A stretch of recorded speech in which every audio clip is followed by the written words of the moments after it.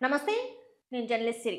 చూస్తుంటే ఈ మధ్య కాలంలో తెలంగాణలో క్రైమ్ రేట్ విపరీతంగా పెరిగిపోతుందేమో అనిపిస్తుంది. చిన్న పిల్లలను కూడా చూడకుండా వాళ్ళ మీద అఘాయిత్యాలకు పాల్పడుతున్నారు కొంతమంది దుర్మార్గులు. ఇక వాళ్ళని దుర్మార్గులు అనడం కూడా తప్పే. ఇంకా ఇంకా నీచమైన మాటలు మాట్లాడాలి కాబట్టి ఆన్ కెమెరా నేనేం మాట్లాడలేకపోతున్నా.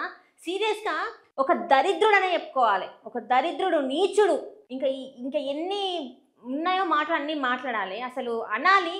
కానీ అనలేకపోతున్నా.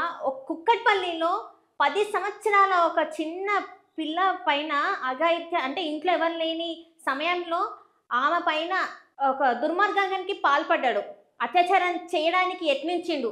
ఆ పిల్ల సహకరించకపోయేసరికి ఆ పిల్లని చంపేసి పారిపోయిండు.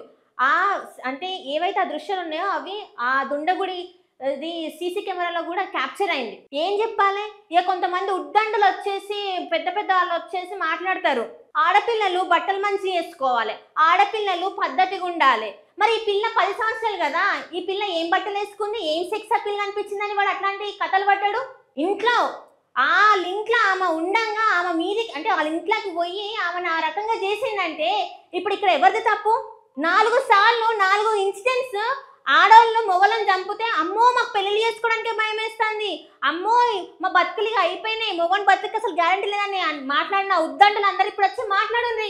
ఒక 10 సంవత్సరాల పిల్లల పైన అఘాయిత్యానికి పాల్పడితే మాత్రం ఎవ్వరు వచ్చి ఆ న్యూస్ మాట్లాడారు, దాని గురించి అసలు గలమెత్తి వినిపించరు. కానీ చంపేస్తే మాత్రం ఒక 4-5 ఇన్సిడెంట్లు బయటికి రాగానే అమ్మో మా మగవాళ్ళకి జీవితం లేకుండా అయిపోతుంది, ఆడోళ్ళు చేయబట్టని అంటారు. ఇంక ఇందులో కొంతమంది మహానుభావురాళ్ళు కూడా ఉంటారు, ఆడోళ్ళు కూడా ఉంటారు. ఇట్లాంటి సంఘటనలు జరుగుతాయి అంటే దానికి ఆడోళ్ళే కారణం, వాళ్ళు వేసుకునే బట్టలే కారణం అని చెప్పే మేధావులు కూడా ఉంటారు. ఇంత చిన్న పిల్ల మీద ఏ బట్టలు వేసుకుందని ఆమె ఇంట్లో ఉండగానే ఆమె మీదకి ఒకడు పోయి అట్లా చేసిందంటే ఇప్పుడు వాడిని ఎట్లా శిక్షించాలి? ఇప్పుడు మీరందరూ ఏ మొహాలు పెట్టుకొని మాట్లాడతారు? ఇంట్లో తల్లిదండ్రులు లేరని తెలిసి వాడు అది అంటే ఆ అఘాయిత్యానికి పాల్పడిందంటే ఎంత ధైర్యం ఉంటుంది వానికి? ఎంత ధైర్యం ఎక్కడి నుంచి వచ్చింది? మొగోడు ఏమైనా చేయొచ్చు, ఎంతమందినైనా చంపొచ్చు, ఎన్ని రకాలుగా దారుణాలు చేయొచ్చు, అన్ని రకాలుగా దారుణాలు చేయొచ్చు. ఒక ఆడపిల్ల మాత్రం ఏదన్నా చిన్నది ఏదన్నా చేస్తే కథం, ఆడోళ్ళు ఇట్లా అయిపోయిండ్రు, ఆడోళ్ళు అట్లా అయిపోయిండ్రు. అమ్మో ఆడోళ్ళు అసలు ఇప్పుడు ఈ మధ్య కాలంలో అయితే వాళ్ళతో మాట్లాడాలంటేనే భయం వేస్తుంది. మరి ఇప్పుడు మాట్లాడండి. ఇప్పుడు ఒక చిన్న పాప కదా, అబ్బం శుభం తెలియని ఒక 10 సంవత్సరాల వయసు గల పాప మీద ఒక నీచుడు ఒక అఘాయిత్యానికి పాల్పడితే ఆమె సహకరించలేదని ఆ పిల్లని చంపితే ఈ రోజు ఏమైంది? మరి ఎవరి నోళ్ళు ఎందుకు లేస్తలేవు? ఇంతసేపు అయింది పొద్దున జరిగిన ఈ సంఘటన మీద ఎవరు స్పందిస్తలేరు, ఎవరు మాట్లాడతలేరు. చిన్న పిల్లనా 10 సంవత్సరాల పిల్లనా? ఏవైనా జరిగితే ఏదైనా ఇన్సిడెంట్ అమ్మాయి అబ్బాయిని చంపింది, లేకపోతే అమ్మాయి వల్ల అబ్బాయి చచ్చిపోయింది అంటే మాత్రం గుంపులు పోతారు. మొత్తం ఏదో అయిపోయినట్టే.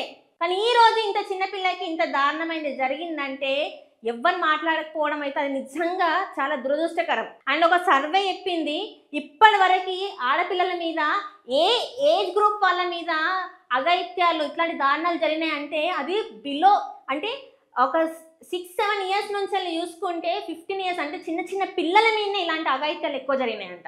ఇప్పటివరకు చూసుకుంటే అర్థమవుతుందా? మన సొసైటీ రాకెట్లు పోతున్నాయి, రాకెట్ సైన్స్ అంటారు, కానీ ఆడపిల్లలకి రక్షణ లేదు. మొన్ననే కదా మనము ఇండిపెండెన్స్ డే చేసుకున్నాం. ఎన్ని రోజులైతే చేసుకొని మంచి స్వతంత్రం, అసలు ఇంత గొప్ప స్వతంత్రం ఏ దేశానికి రాదు. స్వతంత్రం వచ్చి ఇన్ని సంవత్సరాలు అవుతుంది, బ్రిటిష్ పాలన నుంచి మనకు విముక్తి దొరికిందని సంతోషపడాలా, లేకపోతే ఆడపిల్లల మీద ఇట్లాంటి అఘాయిత్యాలు జరుగుతున్నాయని బాధపడాలా? అసలు ఏంది ఆడపిల్లల బతుకులేంది? చిన్న పిల్లలకు కూడా రక్షణ కల్పించలేని దుస్థితిలా మన గవర్నమెంట్ ఉన్నది. మనం ఉన్నాము. మన బతకడానికి మన తల్లిదండ్రులు బయటపై కష్టపడుతుంటే ఇంట్లో ఉన్న ఒక ఆడపిల్లకి రక్షణ లేని పరిస్థితులలో మన వ్యవస్థ ఉన్నది. ఇట్లాంటి దరిద్రాన్ని ఏం చేస్తే మరి ఇంకా ఇట్లాంటి సంఘటనలు పునరావృతం కాకుండా ఉంటాయి? ఎట్లాంటి యాక్షన్ తీసుకోవాలి? ఏం చేయాలి వీళ్ళని? అప్పుడు ఒకసారి ఒక స్కూల్లో ఒక ఘటన జరిగింది, డ్రైవర్ అట్టనే చేసిండు. అసలు ఏం జరుగుతుంది? 2 సంవత్సరాల క్రితం అది కూడా జరిగింది. చిన్న పిల్లల మీద ఇట్లాంటివి జరుగుతున్నప్పుడు అసలు ఎందుకు అరిగట్టలేకపోతున్నాం? ఆఖరికి వాళ్ళని చంపేస్తున్నారు. చిన్న పిల్లలను కూడా చూడకుండా వాళ్ళని కాటికి పంపిస్తారు. ఇకనైనా కనికరం రాదా? ఇకనైనా ఈ లాలోని ఏవైతే ఉంటాయో శిక్షలు కఠినంగా కావా? ఏం చేస్తే మా ఆడపిల్లల బతికి రక్షణ కలుగుతుంది? మేము రోడ్డు మీద నడిచినా మాదే తప్ప అంటారు. ఇప్పుడు ఇంట్లో అలా ఎవరిలా వాళ్ళు ఉన్నా కూడా ఈ మాదే తప్ప ఏడవ బతకాల మేము? ఏడ బతికితే మాకు రక్షణ ఉంటుంది. అడవిలో పోతేనే నయమేమో మరి. అడవిలో మాకు రక్షణ ఉంటుంది కావచ్చు, మనుషుల మధ్య బతుకున్నట్టు లేదు. క్రూర మృగాల కన్నా ఘోరమని చెప్పుకోవాలి. అవన్నీ ఆకలేసినప్పుడే చంపుతాయి. ఇక్కడ ఎవడు ఎట్లా చేస్తాడో తెలుస్తలేదు. ఈ పిల్లకి ఇక మరి ఎట్లాంటి న్యాయం చేస్తారు ఏందనేది మాత్రం ఇక మరి పోలీసులు అయితే మరి చూసిండు, సంఘటన స్థానాలకు వచ్చి నా మీద అఘాయిత్యానికి పాల్పడిండ్రు, ఆమె సహకరించలేదు కాబట్టి ఆ పిల్లని చంపేసిండు అని చెప్పేసి పోలీసులు అయితే చెప్తాను. మరి దీని మీద మరి ఇంకా మరింత ఏమంటారు సమాచారం మనకు తెలియాలంటే ఇంకో కొన్ని గంటల వ్యవధిలో అయితే మనకు సాయంత్రం వరకు అయితే మరి వచ్చేస్తుంది. సో మరి చూడాలి మరి ఎవరు చేసిండ్రు ఏంటి, మరి తెలిసిన వాళ్ళు చేసిండ్రు ఏంటి అనేది అయితే మరి ఇంకొన్ని గంటలలో అయితే మనకు తెలిసే అవకాశం అయితే ఉంది.